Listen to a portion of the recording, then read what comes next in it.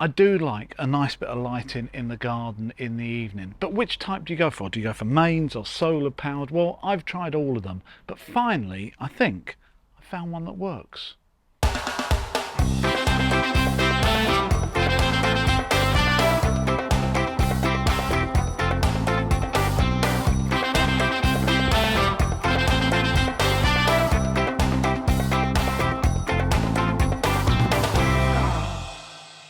For the last couple of years, I've tried to light my garden using solar powered lights because in theory, they're the perfect solution. You just take them out of the box, put them in the garden, the sun shines on them, they power themselves up in the evening, they come on, no cables, completely flexible, job's done.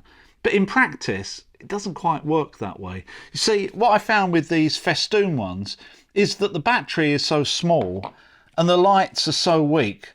Even if they turn on, they don't emit hardly any light at all.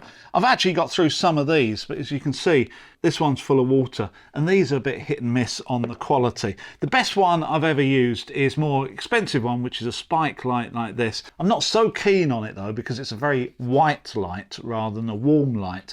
And it suffers from the same problem as all the others, which is, as we come out of summer, there's not enough sun hitting the solar panel to fully power it. So if it does come on in the evening, after half an hour or an hour, the thing has just run out of juice and turned off. So for me, this isn't working. It's really turned a bit rubbish. So I could go to the other end of the spectrum, which is actually at the other end of the bench, which is using the mains 240 volt system powered from the house, which will give me the lights I want, when I want, for as long as I want, irrespective of how much sun there is during the day.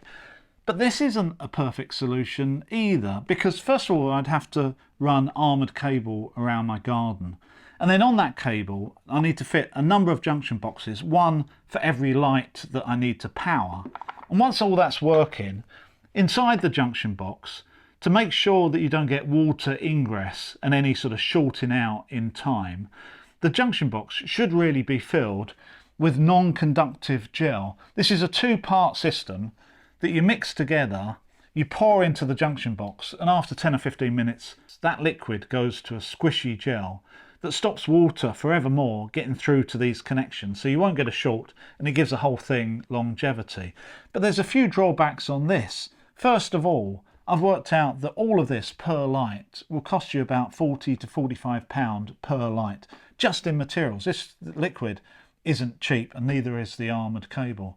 Secondly, we're dealing with mains electricity in the garden where it's wet. So really all of this should be installed by a qualified electrician, which is only ever going to add to the cost. And lastly, once it's installed, it's all pretty well fixed. This light will always be fixed to this box, which will be in one certain position in the garden. So if the garden evolves and you move plants, you can't really move this at all, other than paying for an electrician to come back and redo it for you. So I've settled on some halfway house between solar and mains power, which is low voltage, which I think is absolutely perfect for the DIY, because it means you can do it yourself safely, and it also means in the future you can change things around, add things to the system, move it about, do what you want. I fixed on a system called Illuminaire. Now, I'm not getting sponsored by these people at all. I've just done a lot of research and I've just concluded for me this is the most suitable type to go for. You can buy all of this off of Amazon, so I'll put a link for that in the description below. And you can get all kinds of bits and pieces that fit around the same system. Firstly, you can get lights like these that come with a base plate or a spike, depending on how you want to fit them in the ground. You can also get bollards of different shapes and sizes, and also these sort of lights that go in a deck or a patio or whatever. And the whole system is based around a 12 volt system, so you start with a transformer that can actually sit outside, and then a series of cables that are already wired up for you, so it's very easy. This is all 12 volts, so literally all you do is stick them together, tie them up, and they've got a nice gasket in there to stop any water coming in, which means you can also disconnect them very easily in the future, add more cable, change them around, change the layout, buy lights or whatever. As I said, it all runs off of a mains 12 volt transformer that can actually sit outside. This is rated to sit outside in the rain. I'm not going to do that. I'm going to mount mine in a slightly different way. So it's probably best that we go outside and I'll show you exactly how I'm going to fit this lot. This is a part of the garden that I'm planning to light today, which is from my bamboo all the way along to the green wall and a little bit beyond. And the cable in this area is just going to sit on the surface at the back of this bed here. But I need power to this area first. So from here, I'm going to be running a 10-metre long cable across the fence to where I've got power, which is actually the workshop, which is handy because in the starter pack you get a 10-metre long cable that essentially gets you from power out to the first light, and this is about 10 metres, so it just works out. If I go any further I'm going to run out of cable, but if I did have extra cable I could actually take it down the fence here, across the end and into the garage here, but because I've only got 10 metres I think I need to cross it here and get some sort of power here, which means I've just about got enough length to start powering the first light over there. And all I'm intending to do is to clip it to this fence, just maybe behind this water pipe, just to give it a bit of protection. But there's no reason a 12-volt cable can't be tied to that fence. It'd be fairly safe. So my plan is to get the cable from the fence to the power in the garage just by sinking a bit of conduit, a bit of plastic conduit, just tied in and sunk a few inches. That's just going to stop any mechanical damage. And over on the wall here I've got a couple of options. I could actually just fit an outside socket to power the transformer. You would have seen me fit these before. Go and check out my video on how to fit one of these really easily. It's probably one of my best performing videos. The only trouble with that is it means that this transformer is then out in the wet forevermore. And although it's sealed and it says that it can sort of sit in water, I don't really want this sitting outside forevermore.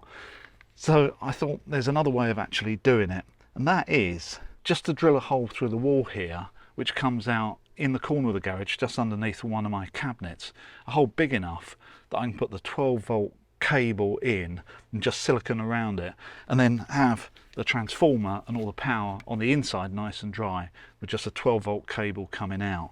So I think that's the way I'm going to go.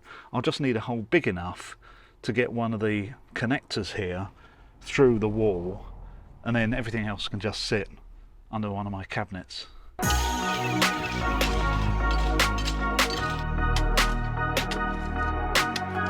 The conduit doesn't have to be very deep to protect it, maybe just 2 or 3 inches, as there's only foot traffic going through here.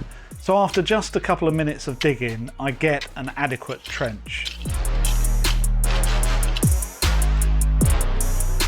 The pipe I'm using is a standard UVPC 20mm conduit that you can buy easily with all the fittings you need to use it.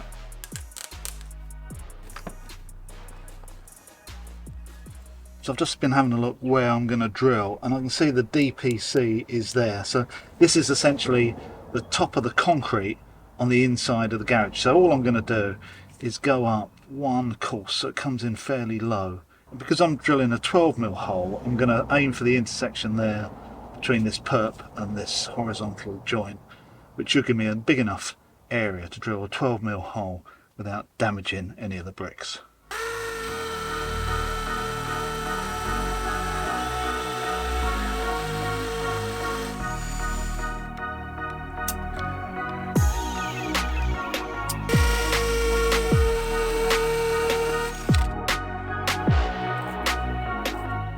Before attaching the entry box, I put silicone on the brick and the mortar as a seal.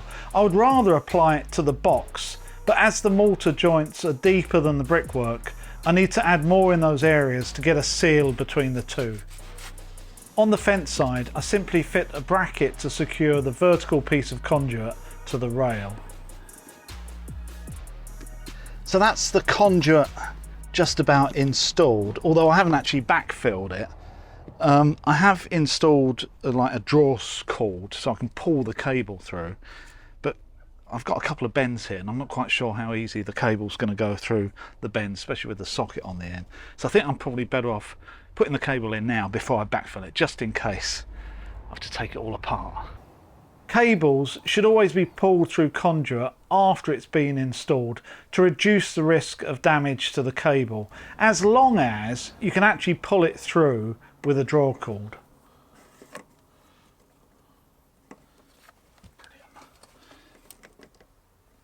Go in, you. There you go. Go on.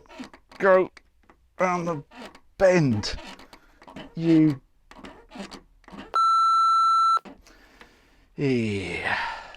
Okay, so this plug doesn't want to go around the bend, which is fair enough. It's probably about 2 inches of pretty solid plastic.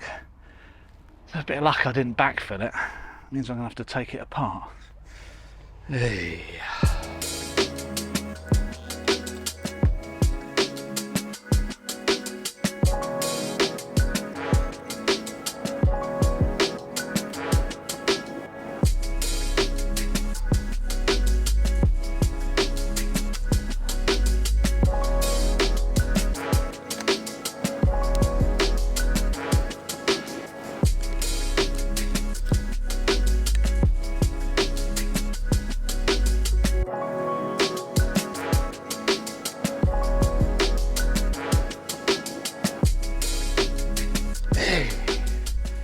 Now that was a lot of faffing about, but now I can backfill.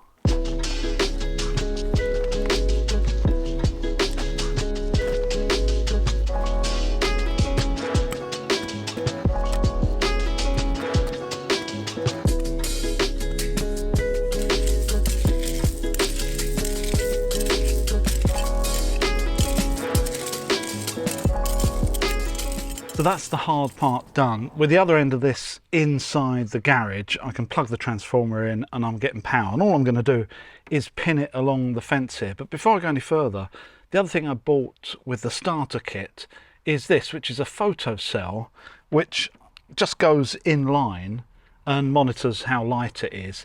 And this can either switch your lights on so they're on all night and then turn them off during the day, or just for 4 hours after dusk, or after 6 hours. So you can adjust it, and for about 10 or 12 pounds, this is a really useful thing. It just goes between one cable and the other. This is where my 10-metre long cable starts, which will get me over by the banana plants, and then I can start sorting out all the lights. I really like the idea of the lights being controlled by a photocell rather than a timer, which means I won't have to worry about changing the timer through the seasons, and it really doesn't get easier than this.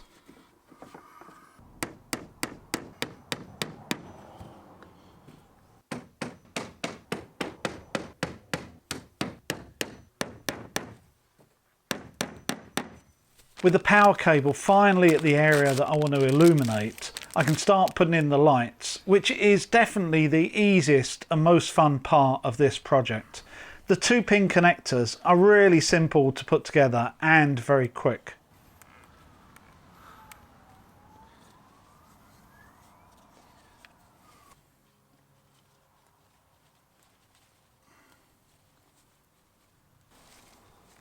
I hide the cable as I go in the undergrowth, and 2 of the lights I replace a spike with a base that I can screw onto the sleeper of the raised bed that I recently installed.